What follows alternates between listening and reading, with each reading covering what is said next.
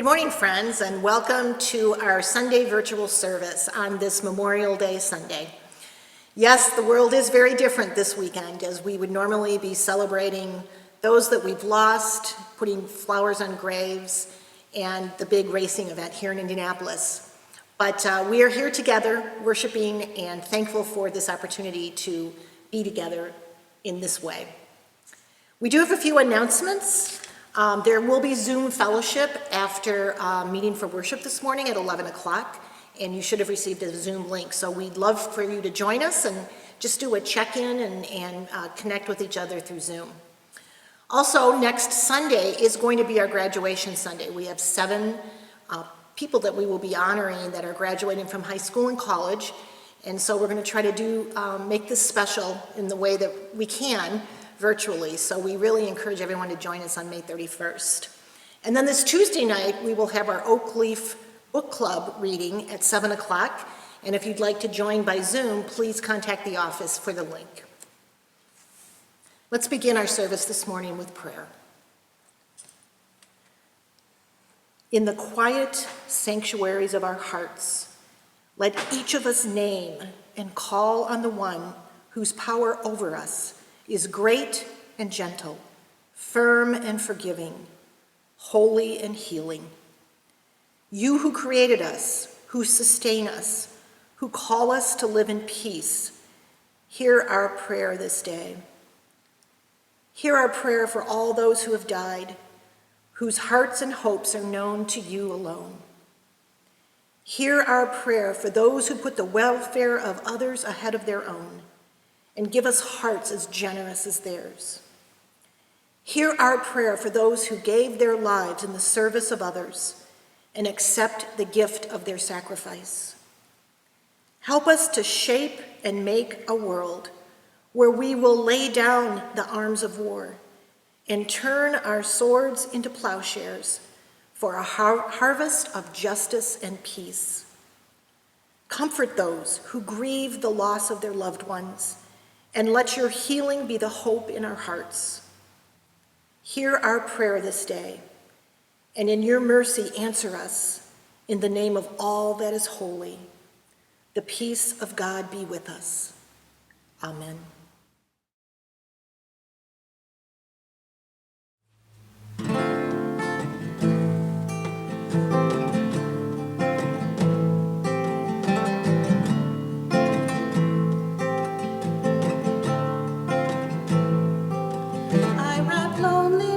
Round my shoulders, I wear it like a cloak of night. I drift silently through the emptiness. I force back my crushing fright. To keep moving, I have to close my eyes. To keep breathing, I must pray. The darkness descends, a heavy fog, and I can hardly find my way. But I am confident, I am confident. Confident of one thing, I will see his goodness, I will see his goodness, I will see his goodness, and the land of the living will see.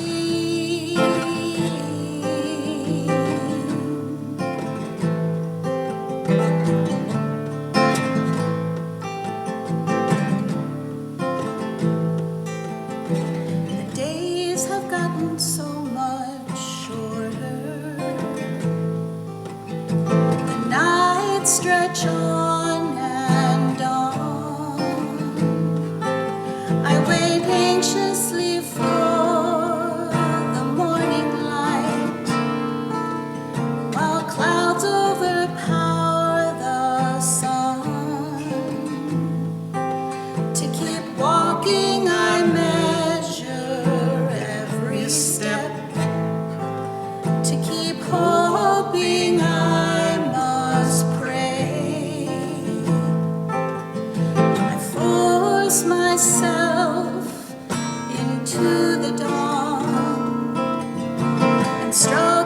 to stay on my way. But I am confident, I am confident, I am confident of one thing. I will see his goodness, I will see his goodness, I will see his goodness, and the land of the living will see.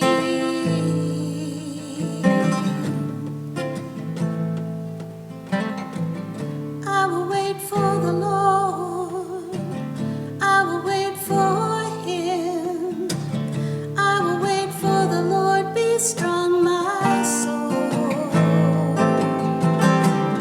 I will wait for the Lord, I will wait for him, I will wait for the Lord, be strong my soul.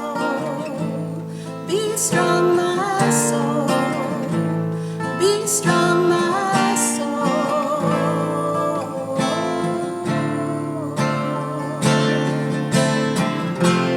I am confident, I am confident, I am confident of one thing. I will see your goodness, I will see your goodness, I will see your goodness, and the land of the living will see.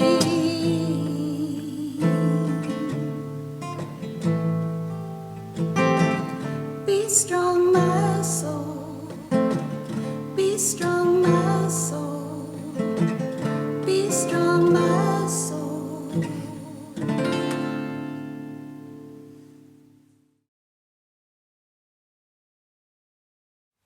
Our scripture reading this morning is from Matthew 5:33 to 37 from the Message version.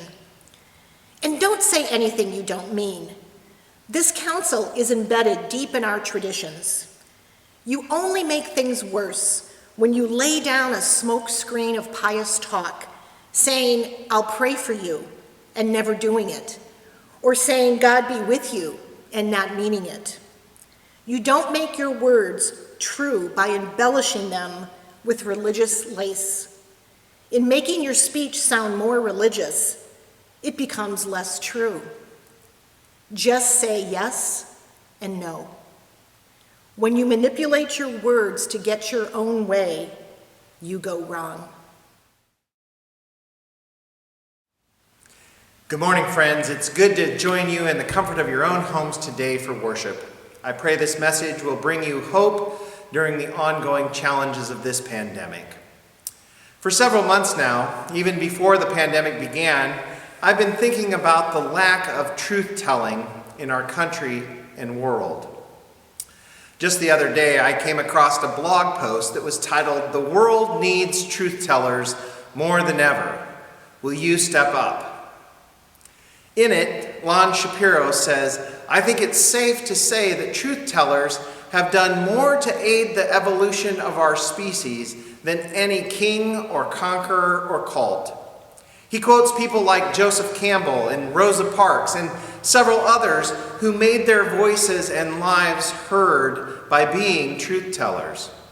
Obviously, the need for truth-tellers is evident from the big arenas like politics and media to the smallest in our families around our own kitchen tables.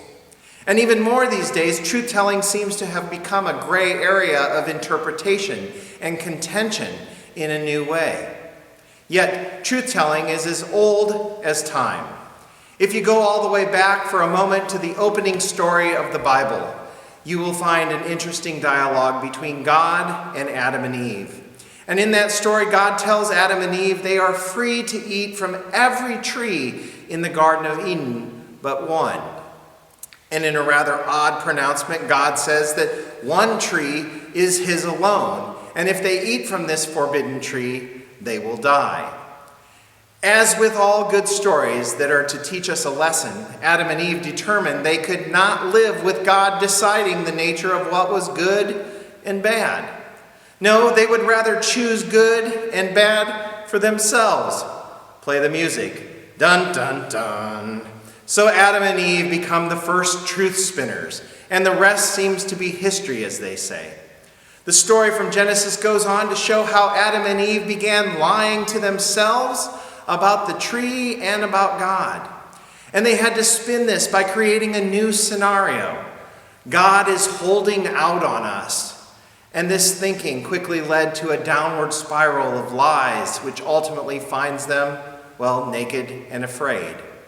But just like last week, when we heard of Jesus going and meeting the disciples amidst the storm, this very first story in the Bible shows God actually looking for Adam and Eve to reconcile their broken relationship, to claim truth, and bring peace again to their lives. Sadly, this story of Adam and Eve is a great metaphor for the truth spinners we have become and see so prevalent in our world today. Adele Alberg Calhoun points out some of the ways we truth spin, such as we pad expense accounts with rationalizations and denials, we back out of commitments with blame and deceit, advertisers, corporations, governmental and non-governmental agencies, educational and religious institutions spin the truth. Everything from ruining the environment to insider trading deals get the spin. It's not hard to understand why people don't know who or what to believe these days. This is why the early Quakers were committed so strongly to truth-telling and ultimately a testimony of integrity. And folks, this was not just in their personal lives, but in all areas in which they engaged, from politics and legislation to civil liberties to educational, economic, and workplace scenarios. The early Quakers believed truth-telling involves speaking in a way that does not exaggerate, minimize, deny, or rationalize or manage the truth. Wow, good thing they did not have our 24-hour news channels or social media outlets or advertising industry of today. Quaker Lois Cox explains this even further by explaining the origins of such thinking. Do you swear that the testimony you are about to give is the truth, the whole truth, and nothing but the truth, so help you God? Now, early Quakers were known for their refusal to take such oaths in a court of law, often at the risk of fines and imprisonment. Sometimes their stand was explained by reference to the Bible. But above all things, my brethren, do not swear, neither by heaven, neither by the earth, neither by any other oath, but let your words be yes, yes, and no, no, lest you fall under condemnation. James 5:12. But these friends were not just obeying written commandments. Oath refusal and other distinctive practices came to be known as testimonies, only because these actions were bearing witness to a deeper spiritual truth.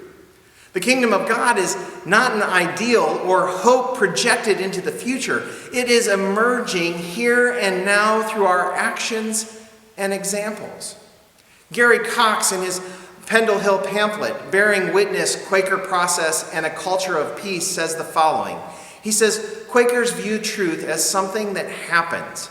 It occurs. Truth is not a dead fact which is known. It is a living occurrence in which we participate.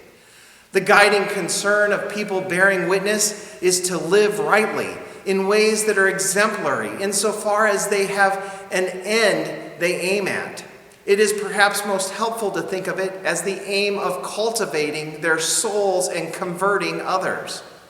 Quakers are convinced that genuine leadings all proceed from a common ground, spring from a unity which we seek and find.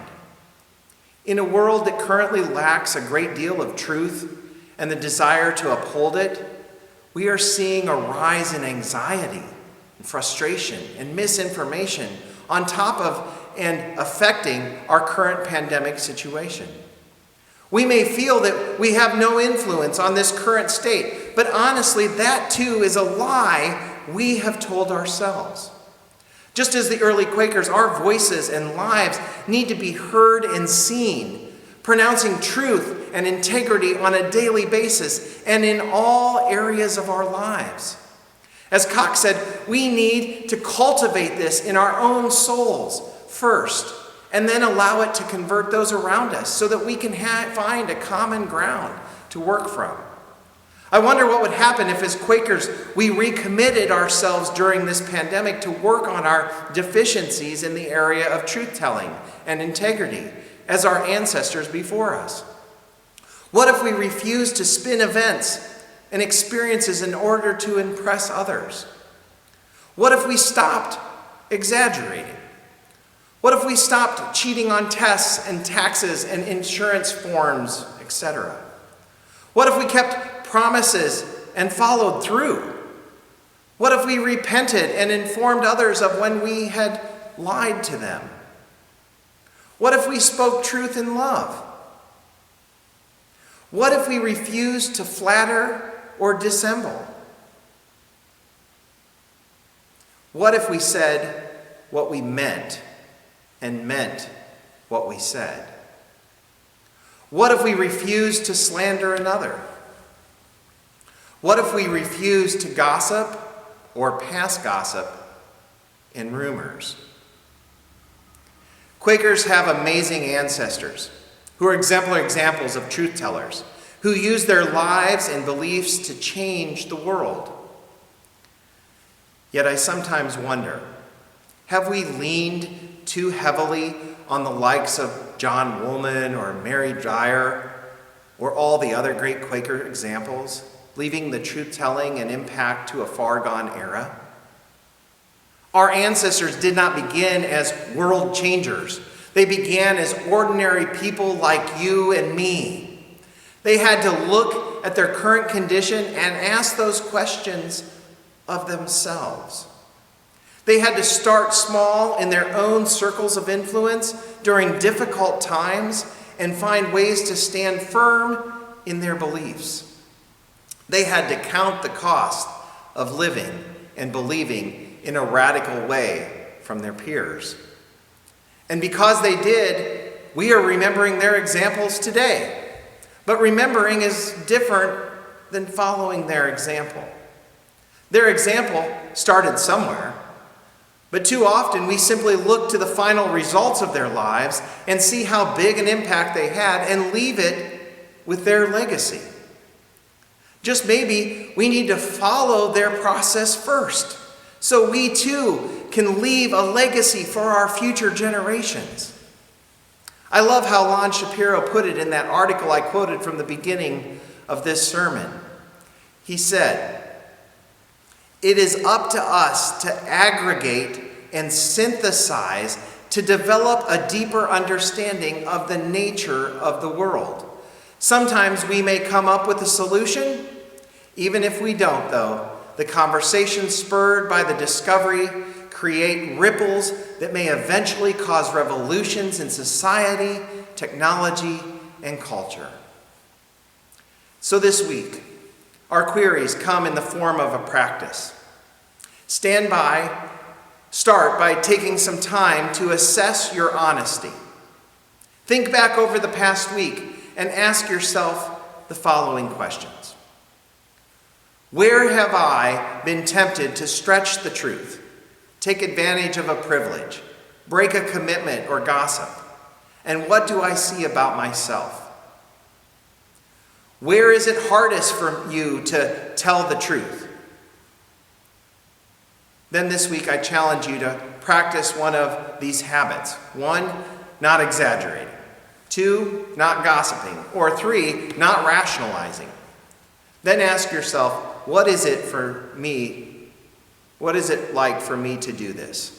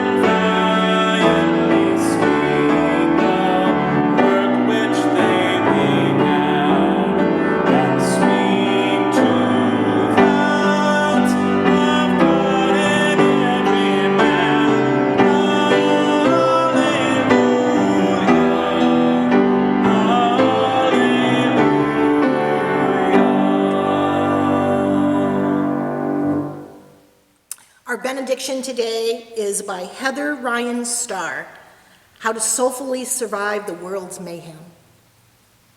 May whatever gatherings or activities we engage in this Memorial Day weekend help restore us, our connections to one another, our sense of hope, beauty, and fun in this world, our deep knowing that we have to take care of ourselves and each other with love and joy if we are to soulfully survive the world's mayhem. Amen.